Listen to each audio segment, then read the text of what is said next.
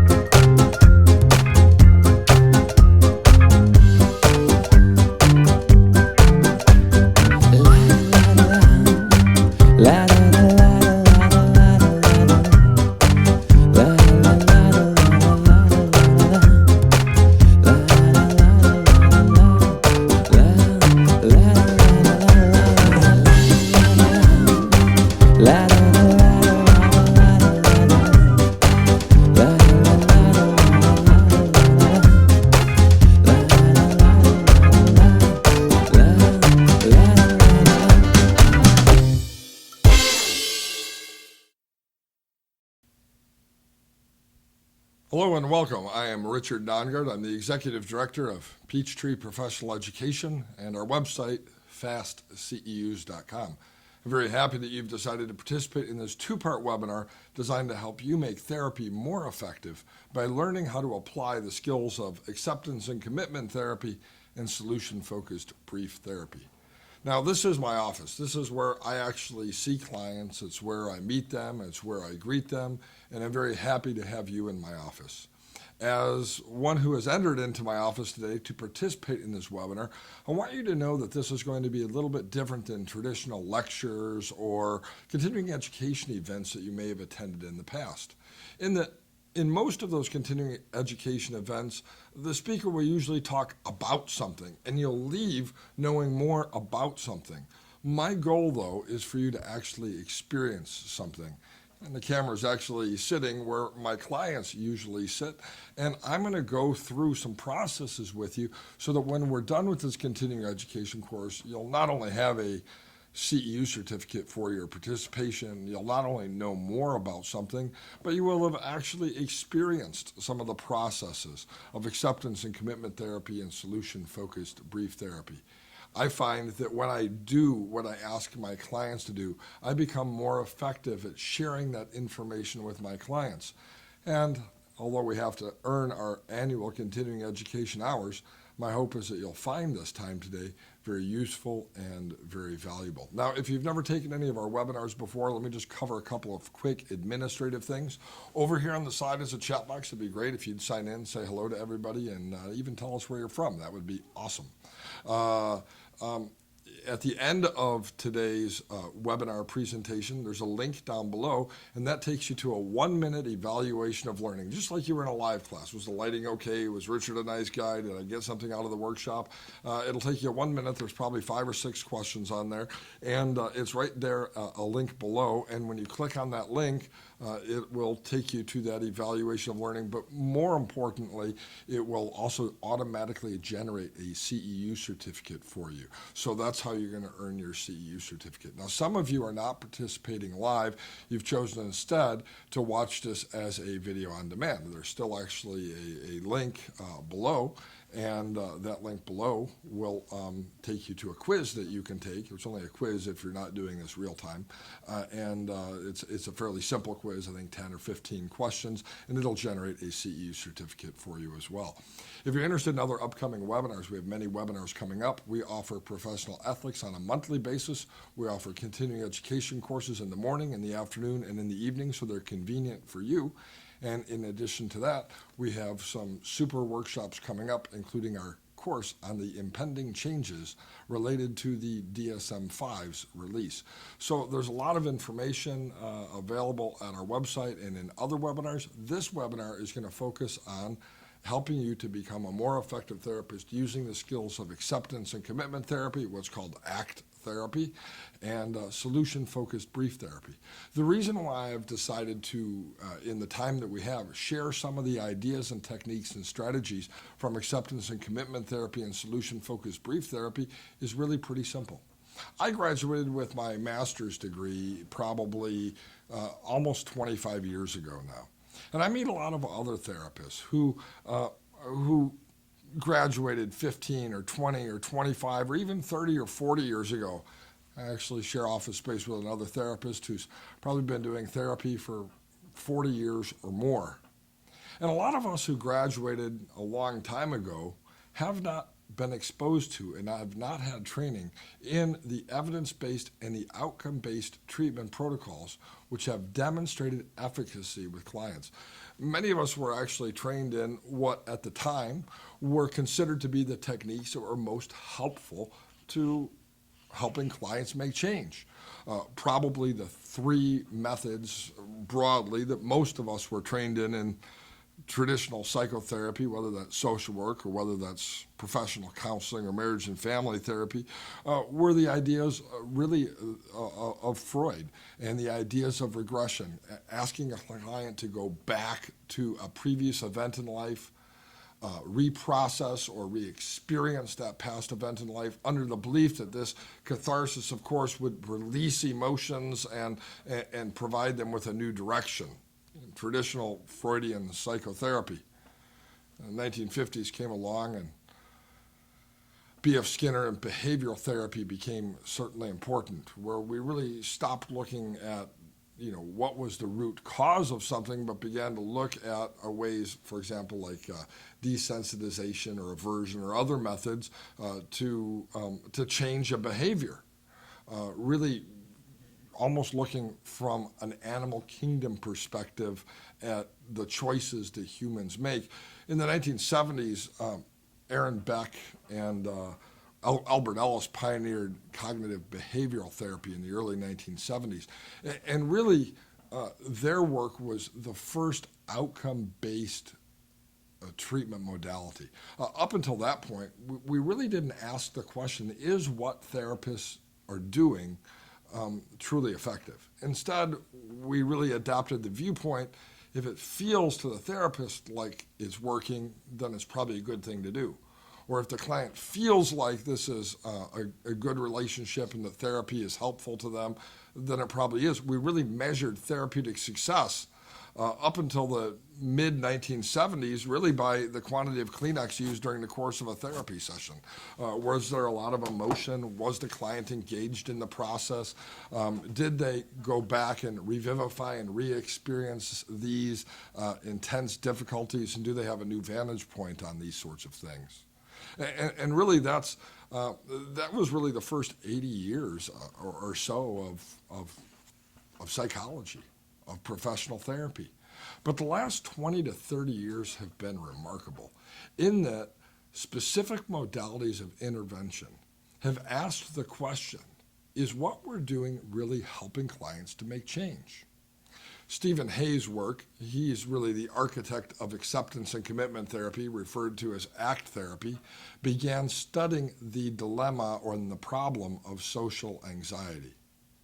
Other individuals within that spectrum of evidence-based therapies and outcome-based therapies, which, by the way, we're not going to have time to talk much about during this brief 3-hour continuing education course, include John Kabat-Zinn and his work at the University of Massachusetts in mindfulness-based stress reduction, which began focusing on what's called functional pain, pain without medical explanation.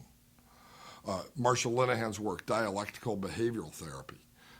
Her book, 1993, a skills training manual for borderline personality disorder, began looking at treatments for personality disorder and asking the question, is what we're doing really effective? When clients come to therapists who practice these modalities of therapy, is change really produced? And the academic research supporting the efficacy of acceptance and commitment therapy and solution-focused brief therapy are incredible. Now, in the 3-hour workshop, I don't have time to read for you all of the research and all of the headlines and share with you the data about how effective these are. I'm going to leave that up to you. One way to do that, if you're a therapist, is simply go to scholar.google.com. And if you go to scholar.google.com, rather than just plain old Google, when you do your search result for acceptance and commitment therapy or solution-focused brief therapy, you won't get a bunch of ads or a listing of professionals who are offering these services. At scholar.google.com, you only get peer-reviewed journals and you only get academic textbooks. And it'll give you the top results. And you can look through the mountains of research that has been done in the last 20 years, and you can see that when we have a client who comes into our office who says, hey, I'm depressed, or hey, I'm anxious, or hey, I'm a substance abuser, or hey, I have other problems that need resolution. When we employ the methods of acceptance and commitment therapy or solution-focused brief therapy or combine these methods together, what we find is that we increase the likelihood of helping the client who's sitting in front of us. Somebody asked me just a couple of weeks ago, well, what you're saying, Richard, is that regression work, a traditional Freudian idea, really doesn't work. It's not effective. Well, actually, the research doesn't support that the concept of regression is a real useful concept. But the research also shows us something interesting, and that is that the most important factor in whether or not a client gets well or makes change is the quality of the relationship that they have with the therapist. And so there are many people who get well despite the modality of therapy that the therapist is using. There are many people who respond positively to somebody who actually invests time in them and cares about them and give them feedback, regardless of the modality of therapy that therapist chooses to use. If people get well based on the quality of the therapeutic and client-therapist relationship, then why bother to learn any modality of treatment at all? Easy. Because even though the single most important factor is not the technique that we use, the technique that we use can increase the likelihood of success. And as a therapist, I'm interested in what works with most of the people. I may have somebody who's the exception. I was actually sharing this story the other day with somebody as I was talking about regression work. I do not do any form of aversion therapy. As a matter of fact, most psychologists and most people would probably say the idea of aversion therapy would not only be not successful, but may in some cases even border on unethical. Of course, that doesn't mean that there isn't somebody somewhere who's going to benefit from that technique. I had a client who came in. She was a 63-year-old lady, and she came to quit smoking. And she was referred by her son, and her son cared about her and wanted her to see me. Her son, by the way, was actually my attorney. And so mom came to see me, and she came to see me, and she said, well, I really want to quit smoking because I want to make my son happy, but I don't really think I can quit smoking. And in fact, I really don't want to quit smoking other than to get him to get off my back, because I actually kind of like smoking, and I'm not really sure there's anything you can do to help me. So I spent probably 30 or 40 minutes talking with her about smoking and how it is that I might be able to help her. And it was at that moment that she said something to me. She said, I suppose the only way I ever could quit smoking is if I thought it tasted like a monkey's butt, if the idea of smoke made me turn green, if I wanted to puke every time I thought of a cigarette. This is what she told me. And so even though I practice no form of aversion therapy, my answer to her was, go ahead and close your eyes. Imagine that when you leave my office, a cigarette tastes like a monkey's butt. It smells like a cloud of gas. It's absolutely hideous. I did a pure classic aversion therapy session with her, even though I don't do aversion therapy. Different clients occasionally need different things. But for me as a therapist, working in private practice, I have clients who come in my door. I've never met them before. I don't know anything about them other than what I may have garnered on the telephone. And they come in and they sit down and they want me to help them. When I'm charged with the task of helping my clients to make change, sometimes these changes for some of my clients are life and death issues. My goal should be to choose those methods which are most likely going to produce the desired result. Acceptance and commitment therapy, the work of Stephen Hayes at the University of Nevada, as well as other researchers, is on the forefront of demonstrating the efficacy of specific modalities of therapy. And ACT therapy is very different from other therapeutic approaches. It's very different from other therapeutic approaches because the presuppositions of acceptance and commitment therapy, which, by the way, are based on psychological research, are very different than our traditional approach to psychotherapy during the first 80 years of our profession. I'm going to spend the majority of this webcast focusing on acceptance and commitment therapy, called ACT therapy, moving our discussion related to solution-focused brief therapy primarily to part 2 of this webinar series. Acceptance and commitment therapy is different from traditional approaches in that it really embodies a couple of core presuppositions. And I want to share with you a number of resources. I'll share some of the resources related to solution-focused brief therapy in our next webinar. This is a workbook designed actually for use with clients titled Get Out of Your Mind and Into Your Life. If you're a therapist, this is a great workbook to give your clients. It would be a great bibliotherapy project or assignment for your high-functioning clients. The exercises that are in here can easily be translated without a workbook to therapeutic work, and there are plenty of examples of processes and ideas for working with clients. In fact, I'm going to share some of those with you today. This workbook was written by Stephen Hayes with Spencer Smith, and it's titled Get Out of Your Mind and Into Your Life. It's a step-by-step guide to how mindfulness and acceptance can help a person overcome depression, transform emotional pain, free yourself from negative thinking and judgment, and to actually commit to what you care about.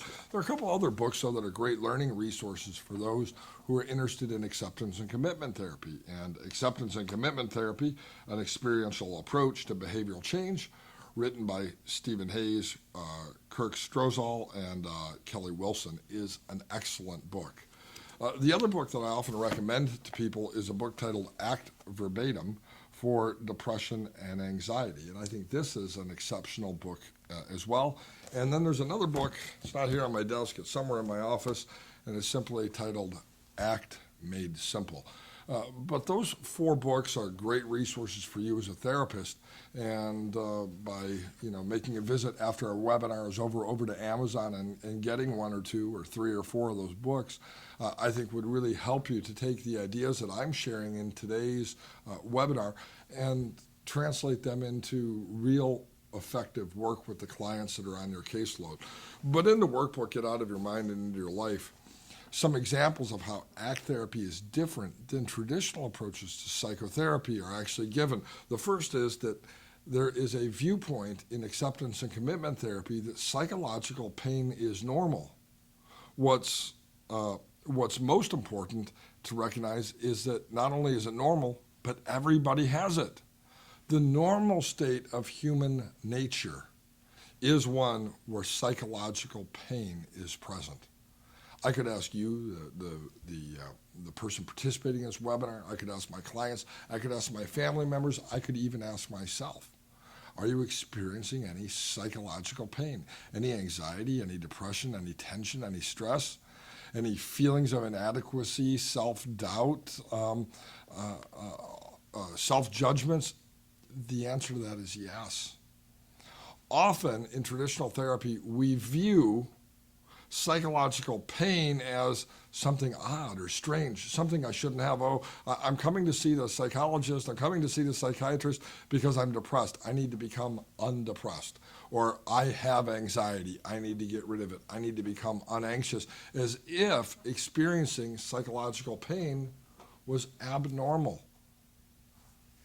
Acceptance and commitment therapy recognizes that psychological pain is important, it's normal, and that everybody has it.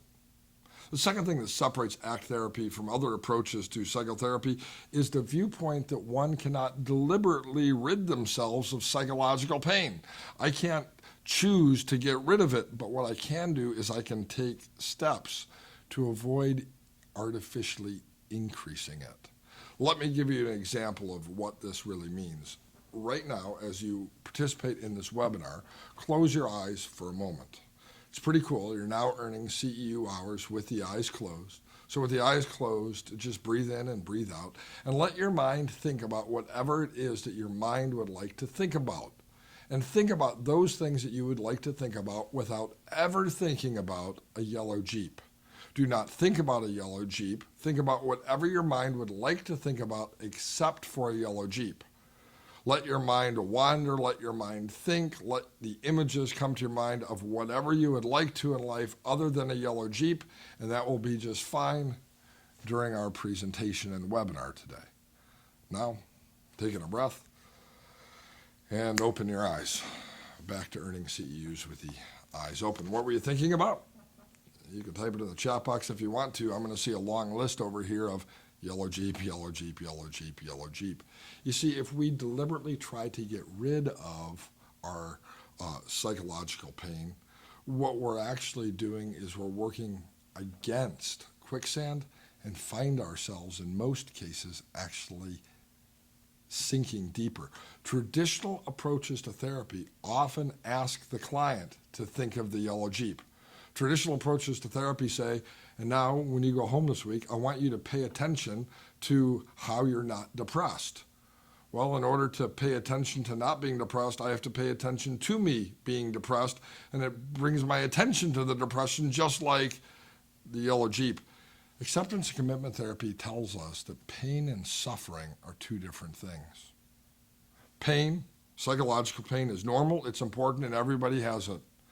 And pain is different than suffering. The fourth thing that ACT therapy tells us is that you don't have to identify with your suffering. This is what we call in acceptance and commitment therapy a relational frame, when we attach suffering to the pain that we experience. The next presupposition in acceptance and commitment therapy is that accepting our pain, our depression, our grief, our loss, our feelings, our sensations, our experiences, is really the first step towards ridding ourselves of the suffering. This is paradoxical. And one of the things I love about acceptance and commitment therapy is that ultimately it is a paradoxical therapy. When I ask my depressed client who says I don't want to be depressed anymore to accept their depression, in that submission or in that acceptance to the depression, they find a tremendous amount of freedom. This is by far the presupposition in ACT therapy that most people have a difficulty with. They say, how could accepting grief, how could accepting tragedy, how could accepting trauma, how could accepting depression, how could accepting anxiety actually help a person? We want to get rid of it. But it's impossible to get rid of human experiences and the psychological pain that we feel from simply being a human. And the research shows that acceptance as a psychological strategy, although paradoxical, is one of the most effective strategies for eliminating the suffering, even if the pain remains. Sometimes I meet therapists who say, yeah, but then they're in pain. As we will see as we move into acceptance and commitment therapy, this is not a problem. In fact, this is actually how normal people function each and every day in the real world. The last presupposition of acceptance and commitment therapy that I think separates it from other therapies is that we can live the life that we value beginning right now. Right now. Eckhart Tolle wrote a book titled The Power of Now. All we have is this moment. And no matter where we've been, and no matter where we are projecting that we may be going, the reality is all we have is right now. And right now at this moment, you, me as therapists, all of our clients, all of our friends, relatives, and the people in the office building around us can live the life that we value beginning right now. In order to do so, a person has to learn how to, as Hayes puts it, get out of your mind and into your life. And those are the core techniques of acceptance and commitment therapy that I'm going to share with you today. People often ask me as they begin to learn acceptance and commitment therapy, so is this a philosophy about people, or can we really use this with people? There are 6 core processes of acceptance and commitment therapy. The cool thing about acceptance and commitment therapy is it's based in research, and because it's based in research, there are new ways of understanding the mind, new ways of seeing how humans view their problems, and new ways of developing psychological strengths to problem solve. And so what was taught early on in acceptance and commitment therapy has really grown to a vast repertoire of different intervention ideas, styles, and techniques, and really that's going to become even bigger over the years. But there are 6 core processes of acceptance and commitment therapy, and of course within each of these processes are multiple methods. For example, I primarily offer clinical hypnotherapy as my primary means of intervention. I know some of you who are watching this course have probably taken hypnotherapy training at one point or another, and as one who was trained in Ericksonian, the methods of Milton Erickson, I primarily used an Ericksonian approach to hypnosis early on. I began to integrate, though, cognitive behavioral therapy. Now, acceptance and commitment therapy really is what is the third wave, or the genesis of the behavioral approaches and the cognitive approaches. It's the outgrowth of 30 years worth of research, and it's the future of where we were then. And so I often use cognitive behavioral therapy like Albert Ellis did in the context of clinical hypnotherapy. And now I often apply the techniques of acceptance and commitment therapy with my clients using clinical hypnosis. Now, some of you who have no experience with clinical hypnosis or have never taken a training program in clinical hypnosis perhaps have the vantage point that hypnosis is like what is portrayed on TV, and it certainly isn't like that at all. Hypnosis really is a method or a way of helping our clients to what I call parallel program, or create congruency between what they desire and the actions that they take. Most of us, for example, if we decide to make a change in life, we say, on New Year's Day, I'm going to quit smoking, or on New Year's Day, I'm going to lose weight. But 2 or 3 days later, we find ourselves smoking a cigarette or eating a big piece of pie. Why is that?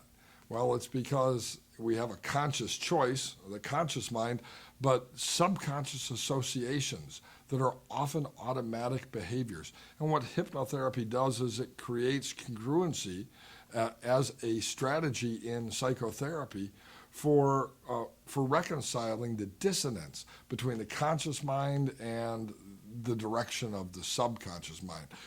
Acceptance and commitment therapy offers a tremendous amount of tools and resources to the hypnotherapist who might be integrating this into the work that they do. Now, many of you who are watching this are not hypnotherapists. You don't have training in clinical hypnosis.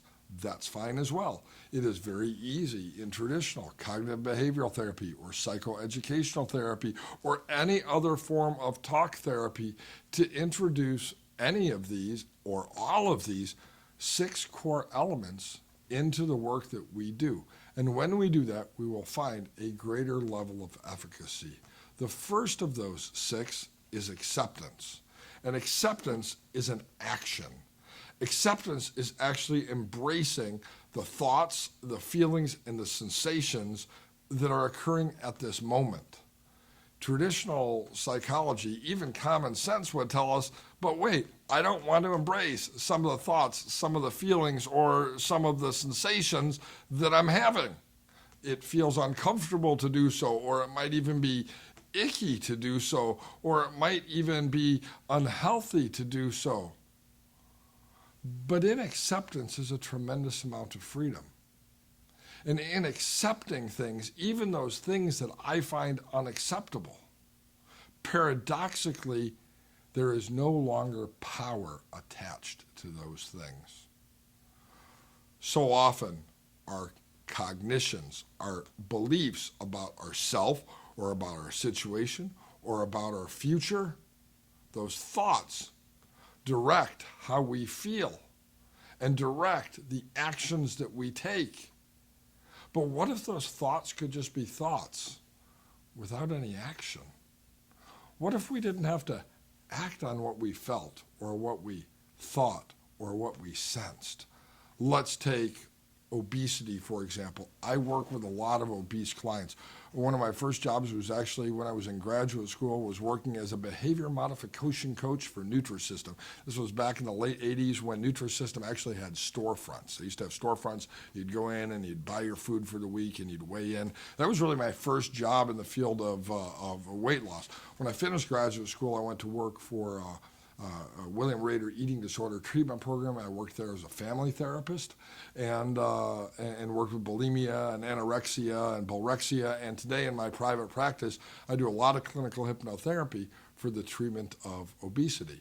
And so I have a lot of folks come in my office, and the main issue they're dealing with is, well, they're 45 years old, they weigh 450 pounds, they've been ruled out as a candidate for bariatric surgery for whatever reason by the surgeon, and now if they don't lose half their body weight, they're going to die. And so these folks come to see me, and they're often depressed. A hypnotist, for some reason, is the last person that people decide to see. Should be the first, but it's the last one they decide to see, or any therapist. And they come in my office and they feel miserable, and they say, I would like to change my patterns, but when I feel hungry, I have to eat. What if we taught our clients acceptance? I do this with my obese clients. What if we taught people that hunger was not something that was bad, that hunger was just part of the digestive process, that it was simply what I was experiencing right now? What if we didn't attach meaning to it? Let's take a client who comes into traditional therapy and they're presenting as anxious. Oh my gosh, when I get on an airplane, I get anxious. I have to travel on business and I'm afraid to fly because when I'm on the plane, I always have anxiety. They might even say, I find that unacceptable. What would happen if you did accept it? What would happen if you were just anxious on a plane and didn't attach meaning to it? It would lose its power, and paradoxically, interventions in psychotherapy that create a sense of acceptance move a client towards success. I'm going to share with you some strategies for doing that. One of those strategies is mindfulness, but I go through this exercise often with many of my clients in traditional therapy, hypnotherapy, and even in casual conversations with clients about ways where they can improve their lives. And so I'm going to go through this process with you because, as I said, I didn't want to just talk about acceptance and commitment therapy. I actually wanted to share some of the methods with you. And I often guide my clients to a process of acceptance where I explain to them acceptance doesn't mean I like something. Acceptance doesn't mean I'm glad it happened. Acceptance doesn't mean that I wish it would happen again. Acceptance doesn't mean I relish this or appreciate it or love it. Acceptance simply means that I am willing to see it as it is at this exact moment. I'm willing to put it out on the table. And as I put it out on the table, I'm willing to just look at it, even if I don't like it, even if I don't want it to happen again, even if I don't want it to happen to others. But acceptance is often the starting point for being able to experience strength in the present. So I guide some of my clients through this process. And as you watch this webinar broadcast, you can actually close your eyes. I think it's really cool to be able to earn CEU hours at home on a computer in a bathrobe, sipping a cup of tea, and now with the eyes closed. And so you may as well close the eyes. And with the eyes closed, imagine that you're in an office conference room. There's a large table and there are chairs surrounding the table, but the room is empty. Nobody is in it except for you. You're the only one in this room. And imagine in the middle of the conference room table is a large box. The box is there. Nobody's in the room, just you, and you're standing by the table. And inside of this box are those things that have been difficult for you to accept or to even look at, or those things that have caused you discomfort in the past when you tried to sort through them. You can think of an event or a scenario or a situation or even the entirety of your life experiences, and you can approach that box. Imagine moving towards that box and opening the lid in the safety of your own mind, and in the safety of this office, you can open that lid and you can see what is in that box. And don't worry, we'll get to the part where this is painful later. I recognize that as you look at some of these things, it may be difficult. And the idea of taking them out of the box and putting them on the table may be difficult as well. But we'll get to difficulty later. Right now, simply take action and imagine taking those things out of the box and simply setting them on the conference room table, looking at this, looking at that, seeing it there on the table. And when the box is unpacked, imagine sitting on the conference room table. Take a chair. As you sit at the conference room table, acknowledge the presence of those things. You don't have to like them. You don't have to love them. You don't have to wish that they would happen again or hope they happen to somebody else. But in this moment, right here, right now, you can see that those things are present, that they're on the table. And this really is the art of acceptance, being able to acknowledge what is there, even if it's painful or causes suffering to do so. As you breathe in, breathe out.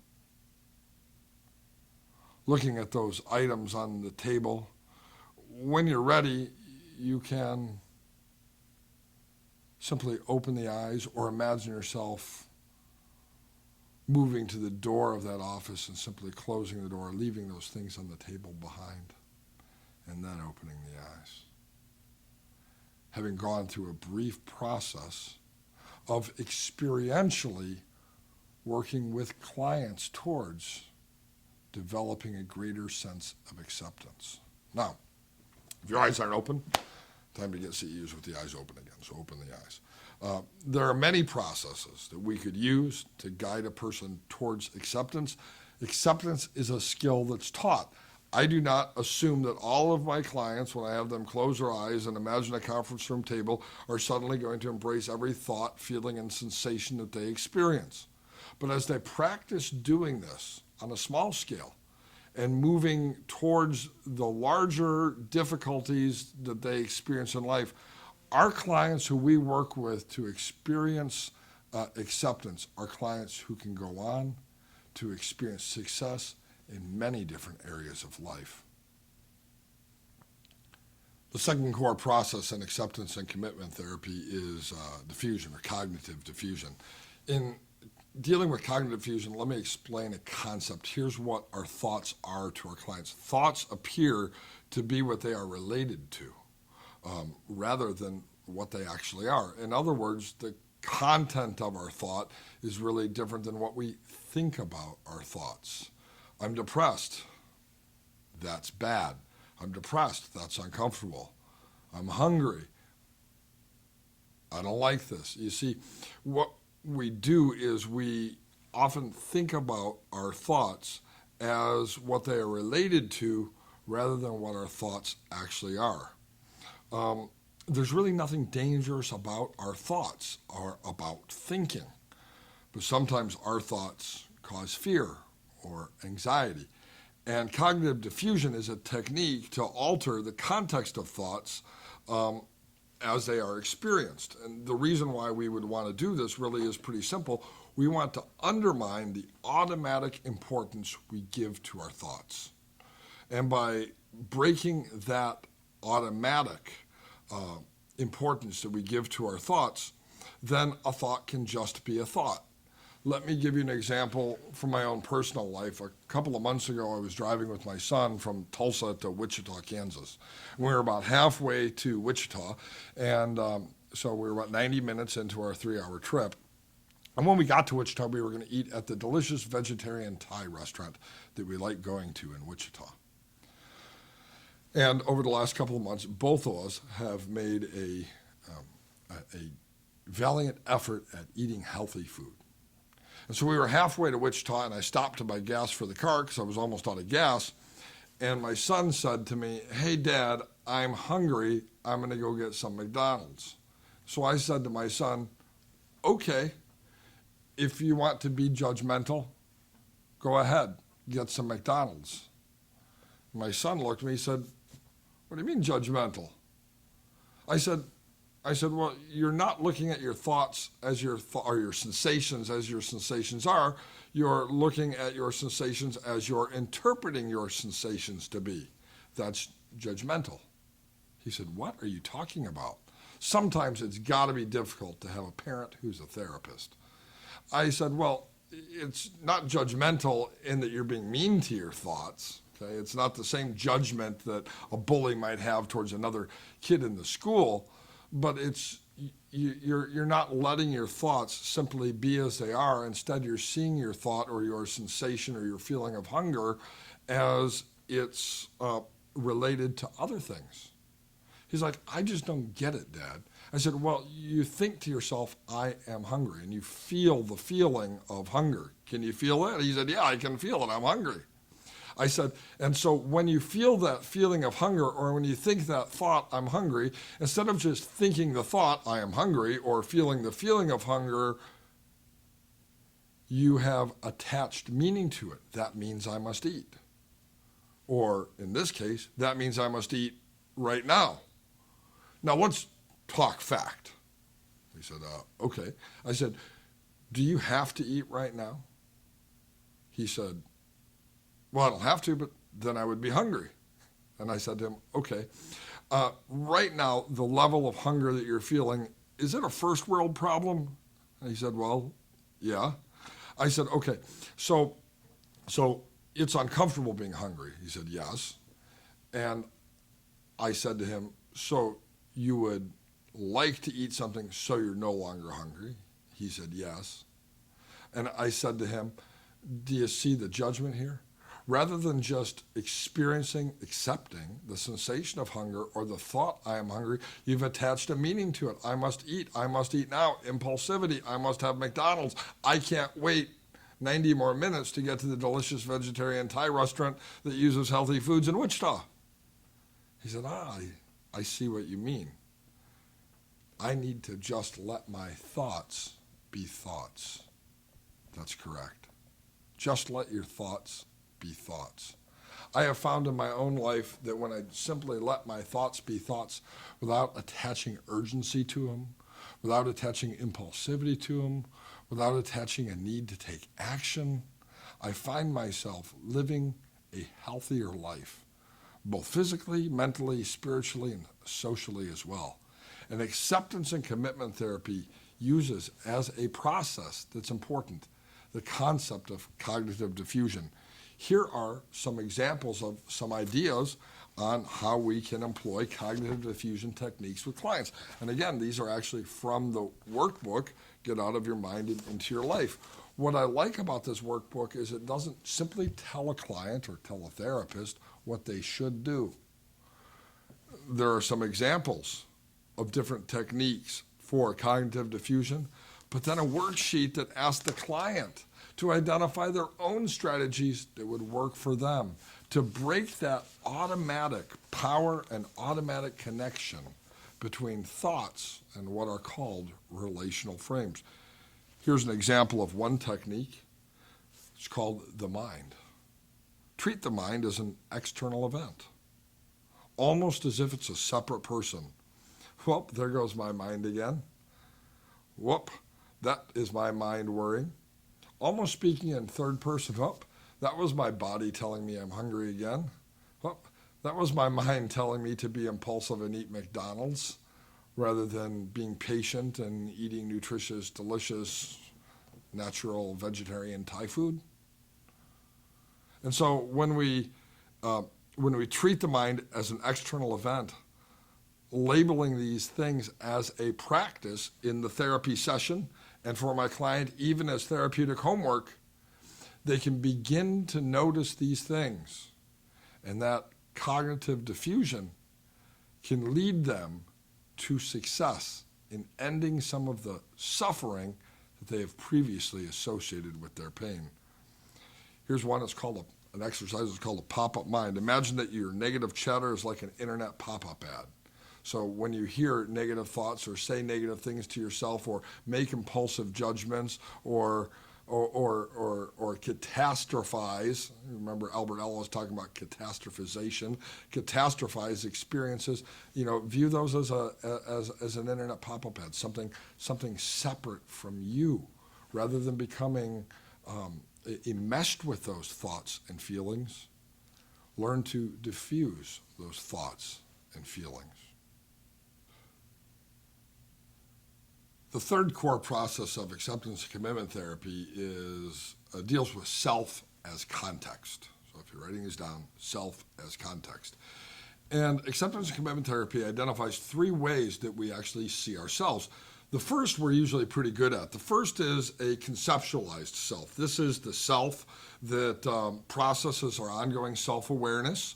This deals with our self-evaluations. I'm good, I'm bad, I'm acceptable, I'm unacceptable, I'm comfortable, I'm uncomfortable. Our categorizations, I'm smart, I'm likable, I'm impulsive, I'm all of these things. And most of us need no help with the conceptualized self. We're usually pretty good at creating a conceptualized self. By the way, most of us are pretty good at doing this from a negative perspective, but ACT therapy deals with that as well. The second way that ACT therapy conceptualizes the self is the ongoing self-awareness, the self of ongoing self-awareness. These are our mindful experiences of the present moment. And this is really our healthy self-awareness. I see myself with my strengths and with my resources exactly as I am right here, right now. And that is the ongoing self-awareness self. The third type of self is the one that most of us have a hard time with, and this is the observant self. This is the self that sees ourselves outside of us. This is the, if you want to put it another way, the you behind your eyes. The observant self, who's observing you. This is the you behind the eyes. And in acceptance and commitment therapy, we want to work to help clients foster a sense of the observant self. When we foster a sense of the observant self, then the individual can access the present moment more effectively and without, here's the key for psychotherapy, becoming enmeshed in it. So what's an exercise? What's a strategy for working with a client to help them begin practicing the observant self. Well, here's a great exercise. And again, I do this with clients all the time. A client will come in, and I may explain the three concepts of the selves to them. I think good therapy really is educational. I view myself as one who's teaching them how to do the things that they need to do in order to choose to do something different. And one of the things that they need to choose to do is they need to be able to experience life as an observer rather than becoming enmeshed with the thoughts and the feelings and the sensations that cause them so much distress. And so I'll actually do this exercise with a lot of my clients, and so I'm going to go through this exercise with you too. Go ahead and close your eyes. And again, we're in CEUs with the eyes closed, sitting at home in a bathtub, drinking a cup of tea, which is actually a pretty cool way to earn CEU hours. And so as you take a moment with the eyes closed to relax, use that creative part of the mind and imagine that you're going into a movie theater, a comfortable movie theater, an empty movie theater. Nobody's in that theater but you. And find a seat that you would like to sit in, one that you enjoy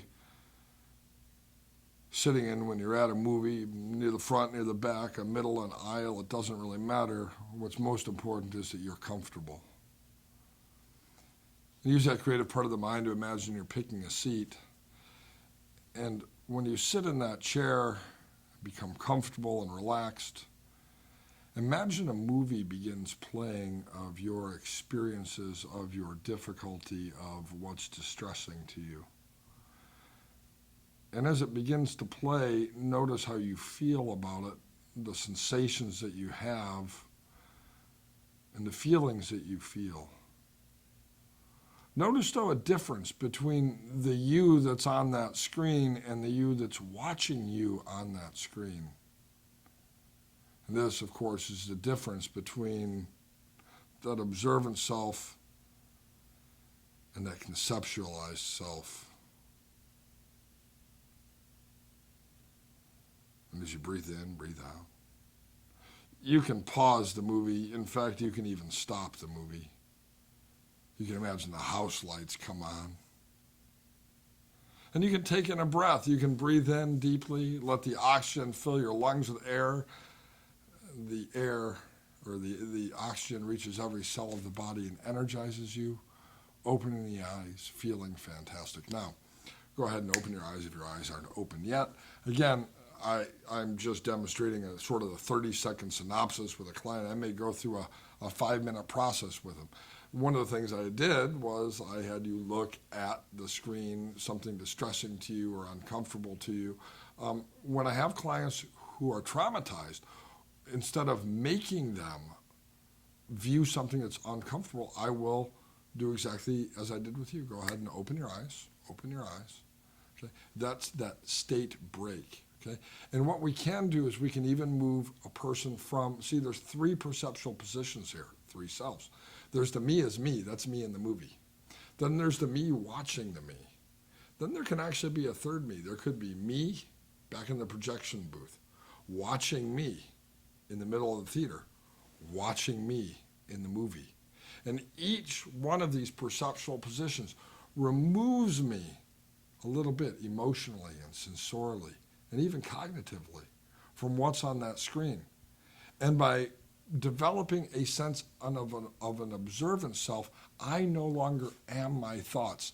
I no longer am my anxiety. I no longer am my depression. I no longer am my withdrawal. I'm now me. And those experiences are simply experiences. And that can be a valuable process in psychotherapy.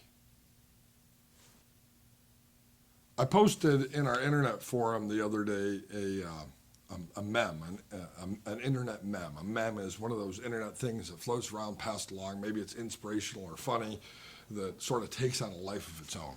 Somebody passed it along to me, and so I passed it along to our group.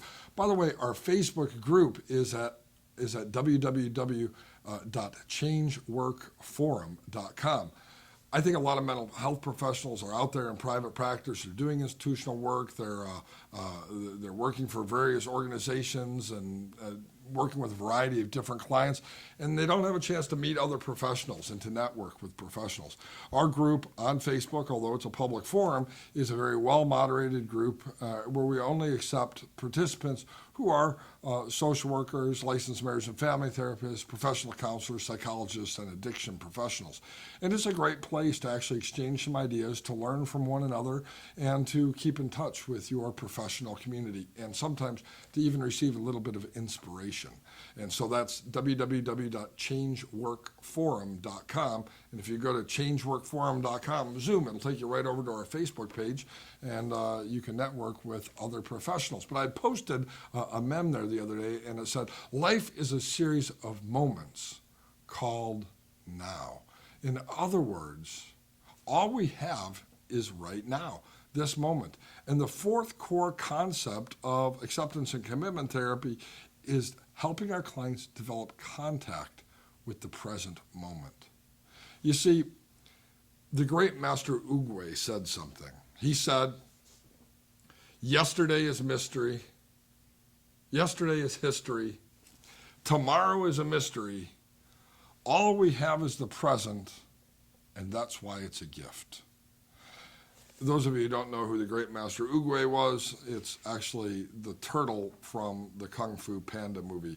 And if you're a therapist and you have not seen the Kung Fu Panda movie, you need to see it. It's just a great movie for therapists to see. Not Kung Fu Panda 2, that one wasn't any good, but the original Kung Fu Panda with Jack Black. So the great Master Oogway was the turtle, he was the master, and he uttered that phrase in the movie. Yesterday is history, tomorrow is a mystery. All we have is the present, and that's why it is a gift. This really is very powerful. Most of the clients who come to see me for therapy are clients who are living in the past. The majority of my clients regret the past. The majority of my clients are pained by the past. The majority of my clients are distressed by the past. The majority of the clients don't understand why this had to happen in the past. The majority of my clients are thinking back, and they are living their lives in the past. The clients who I work with who come in who are not living their life in the past are living their life in the future. These are my anxiety disorder clients, my panic clients, my clients with fears and phobias. And they say, what if this happens? Or that could happen, or I don't know if. And so they're projecting out into the future. I really have two groups of clients. I have one group of clients who's living in the past. And I have one group of clients who's living in the future.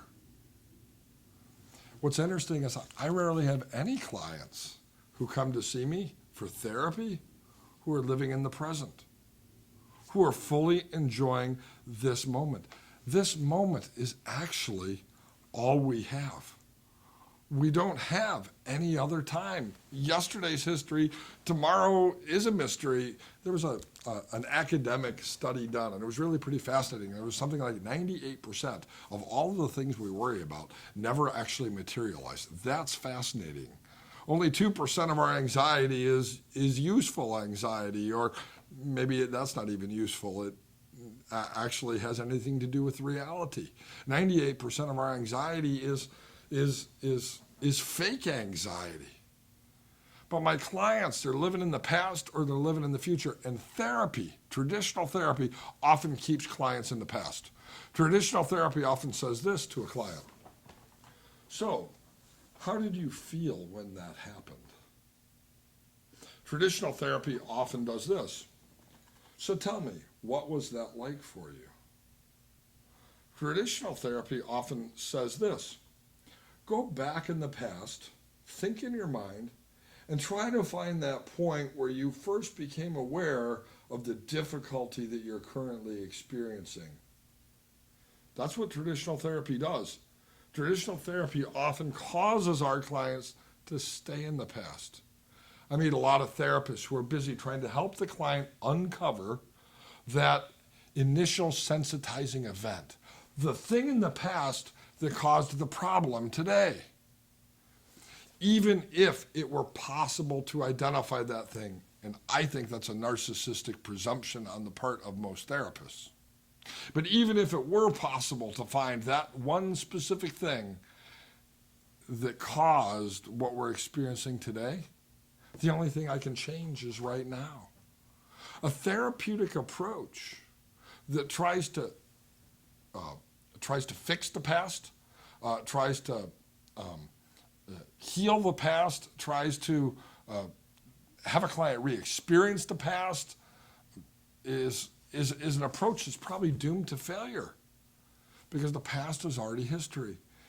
And therapeutic approaches often, if we're not keeping our clients stuck in the past, are focused on the future. So what are you going to do when? So tell me, what would it be like if? Those are all approaches that really join us in anxiety with the clients. There are very few approaches to psychotherapy that focus on the now. Dialectical behavioral therapy, mindfulness-based stress reduction, solution-focused brief therapy, acceptance and commitment therapy, dialectical behavioral therapy, mindfulness-based cognitive therapy. These are the third wave behavioral approaches. These are the contextual psychologies that really focus on the now. Because the only time I have with a client is this moment. And the only time my client has in their life right now is this moment.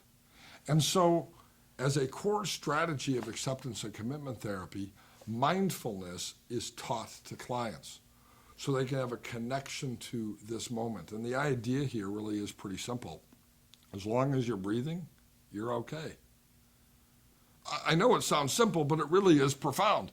As long as you are breathing at this moment, you are okay. It really is that simple. Despite what's going on around you, even if it's dangerous or even if it's difficult, as long as I'm breathing right now, I'm okay. And when I can keep my client in that breath, I can keep them from regretting the past and fearing the future. And no matter how catastrophic the experience of life is for them, in this moment, in this breath, they can be okay. This is a skill that is taught to clients, and it's a skill that is taught by teaching clients mindfulness.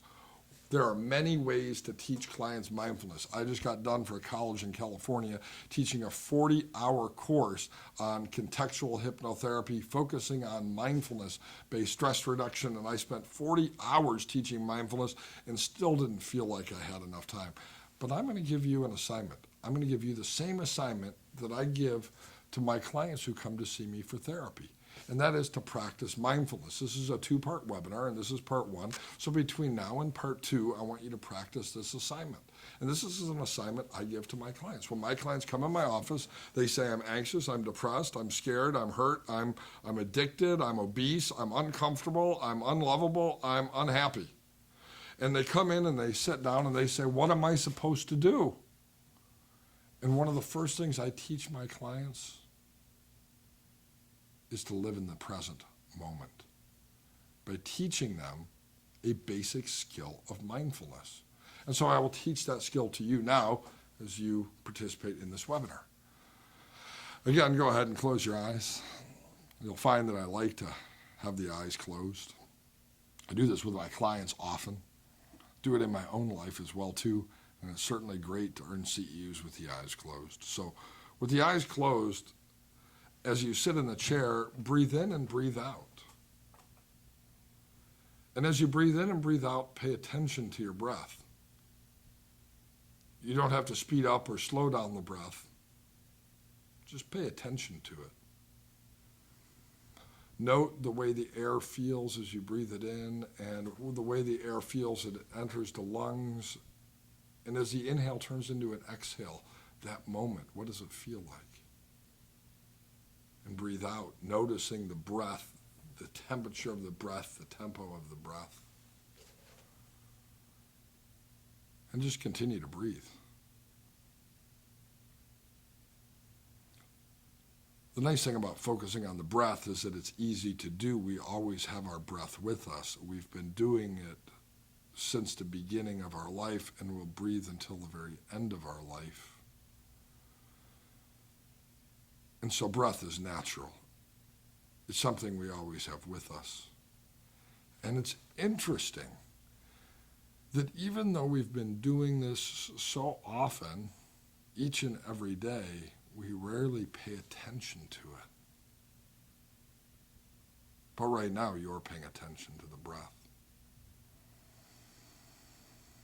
to the feeling of an inhale, to the air as it enters the nostrils,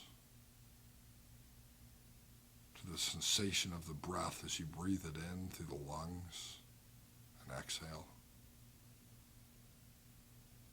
And just continue to breathe in and breathe out. And I'm going to give you a few seconds of silence. You will simply focus on your breath.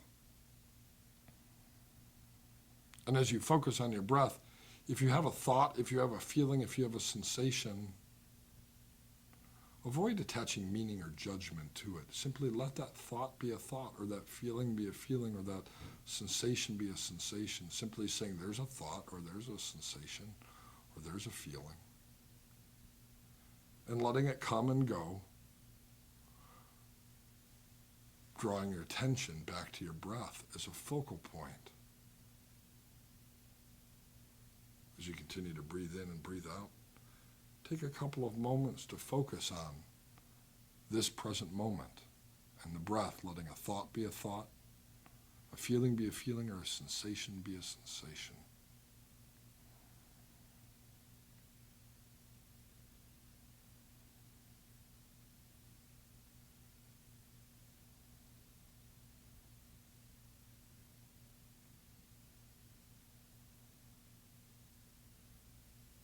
And now go ahead and open your eyes. Take in another breath. Let the oxygen fill the lungs. Let the oxygen spread to every cell of the body. Take in another breath. If your eyes aren't open, open the eyes. Feeling fantastic because you've been earning CEUs with the eyes closed throughout this webinar so far. Really pretty cool. I will tell you what I tell all of my clients. What I tell all of my clients is this: what you just did may not feel profound. It may not feel right now as if that was the answer to all your problems in life. But each and every day with intention, practice this basic strategy for mindfully paying attention to this moment. There are many other strategies for doing this as well, but this is one that is fairly simple, and it's easy for people to do. And I tell all of my clients what I'm telling you, which is do this each and every day between now and our next session. We have a second part of this webinar coming up later. So each and every day between now and part 2, with intention, practice this exercise at least 2 or 3 times a day. And at the end of the week, between now and our next session, what you'll discover is that intuitively, the art of living in the moment becomes a part of your day-by-day life. You see, the idea behind mindfulness is not to take 3 or 5 or 10 minutes to practice mindfulness. The art of mindfulness is to practice mindfulness so we become mindful people and have contact with the present moment intuitively and naturally. The 5th core component of acceptance and commitment therapy is helping your clients to develop a valued path, a valued direction, really what's most important to them. Values are not things we can really attain. They're not tangibles. They're the things that are really most important to us. But it's a lot easier for most people to identify something tangible. As a therapeutic process, we can, especially if you're dealing with an adolescent or a child, they know what they want. You know, I want a motorcycle, or I want a fancy guitar, or I want a racing horse, or I want $1 million, or I want a big speedboat, or I want a fancy house, or I want a super duper car. It's easy for us to identify what we want. It's much more difficult for us to identify the core values. But helping a client to identify a valued path, or a path that they value, is one of the core components of acceptance and commitment therapy. The reason why is all change that we make is temporal unless it's consistent with our values. This is why you have relapse. Our client in drug and alcohol treatment who's going to stay sober must attach a new value to the path that they're taking that's more important than the previous value, socialization, impulsivity, physical management of withdrawal, etc., in order to make lasting change. So in order to increase the efficacy of our therapy and be better therapists, we need to find out, what does my client value? One way I do that is by asking my clients this question. So I'll ask you the question, since my clients aren't here right now. If I was a genie in a bottle on the beach, and you came across and you rubbed the lamp and I came out and I was able to give you any one wish, what would you wish for? By the way, go for something that a genie could give you. Go big here. You only get one wish. What would it be? $1 million, $10 million, gold bars, a big speedboat, a motorcycle? Think about it for a minute. In fact, you can even take it down a piece of paper and write that wish down at the top. I wish I had, a 1962 Les Paul guitar. Okay, write that down on the top of the list. Okay? Now let's talk about what you came up with. What you really want. Ask yourself this question. If you had that, what would it mean to you? Would it mean respect? Would it mean freedom? Would it mean likability? Would it mean acceptance? Would it mean security? What does it mean for you? Why is that one gift important? What this gift represents are often the values that are most important to my client. And now, through a therapeutic process like this, that I've identified those core values, then I can create interventions that help my clients to reach those core values. Well, is there any way to feel secure? Is there any way for you to increase likability? Is there any way for you to accomplish, to feel a sense of freedom, to decrease stress? Whatever it is.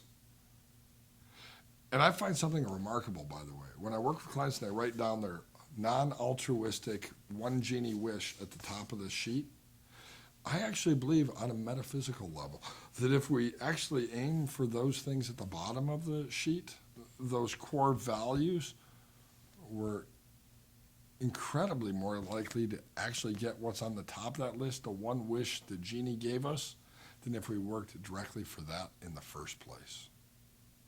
This process is a process that is identified as the fifth core process of acceptance and commitment therapy, and I think an essential process for long-term success with clients. The sixth core process of acceptance and commitment therapy is committed action. All of the thinking in the world, all of the positive intentions in the world, all of the attention to the now in the world really doesn't do us any good unless we leave the mental cage that we've created with our thoughts and choose to follow the directed values. And so the sixth component really is action. And, King Solomon said it best, there's nothing new under the sun. What I've talked about in relation to acceptance and commitment therapy are ideas that may be different than our traditional approach of therapy, but they really aren't different to success as a human. And we all know that action is essential. And so I like how acceptance and commitment therapy, though, has stressed this as one of the core processes of ACT therapy. Because we always, in the therapeutic work that we do with clients, need to recognize that this is all about action. I've always told a joke, I'll keep my day job, but the joke goes like this: in a perfect world, what does one social worker say to another? Would you like fries with that? Our goal ultimately is to become unemployed. Our goal is to get rid of our clients. Our goal is not to fill another billable hour and keep them in therapy. And what acceptance and commitment therapy does is it stresses a committed action that a client works towards something. With every single client who I see for therapy, I give homework assignments. Everybody does the assignments. Everybody is expected to do the assignments because that is the committed action plan towards success. There are a lot of other ways that we can, providing acceptance and commitment therapy to clients, address these 6 core processes in ACT therapy. But I wanted to share with you some basic techniques, as I have done, so that you would be able to leave this webinar not just with a CEU certificate, but also some ideas for utilizing these things as well. The core idea in acceptance and commitment therapy is it's often what we've tried to do to solve a problem that actually exacerbates and continues the problem. And the core idea in acceptance and commitment therapy is the therapeutic approaches that we've often utilized in the past to try to solve a problem actually magnify the problem, which is why we have a revolving door within the psychiatric system. In fact, a really good question is, after 100 years of psychiatry, are we actually getting any better? Or have traditional approaches that tried to fix the past or anticipate the future kept our clients in a position of being unable to enjoy the present? No matter where I've been, no matter where I'm going, as long as I'm breathing at this moment, I'm okay. And the core processes of acceptance and commitment therapy can help us help our clients experience success in all of their endeavors. Now, I've covered a lot of material in this workshop, and I've given you some resources. At the beginning of this workshop, I gave you some books that I think are pretty good. In our internet forum at changeworkforum.com, I'm more than happy to answer any questions. You can post questions about ACT therapy or about anything that I've talked about today. That's the cool thing about our webinar series, is you can watch these as a real-time webinar where I'm in the chat room, as I am right now, answering some questions, or you can watch these as a video on demand on your own time. So if you ever are going to miss one of our upcoming webinars, don't worry about it, because everybody who registers gets access to our high-quality video archive. And if you can't ask questions over here in the chat box because you're watching this on your own time, then you can post them in our forum, changeworkforum.com. That'll take you to our Facebook group. Post any questions if you didn't get the titles of those books that I mentioned earlier today. In our next webinar, I'm going to continue a brief discussion of acceptance and commitment therapy, and then move into the core elements of solution-focused brief therapy. And I'm going to follow the same format I did. I'm going to spend a little bit of time explaining some things, but then share with you how I, as a therapist, actually implement these ideas with the clients who I have on my caseload. My goal, of course, is that when you're done with this webinar series, you'll not only have a CEU certificate, but you'll also have some additional skills to help your clients make some changes. We've concluded today's webinar. If you have any questions, you can type them here. Below me is a link, and you can click on that link, and it'll take you 1 minute to fill out the course evaluation. When you fill out the course evaluation, it will automatically generate a CEU certificate for you. If you're watching this in our video on demand center, then there's actually a quiz, probably 10 or 15 questions. It'll take you just a couple of minutes to do that quiz, and it will generate a CEU certificate for you automatically.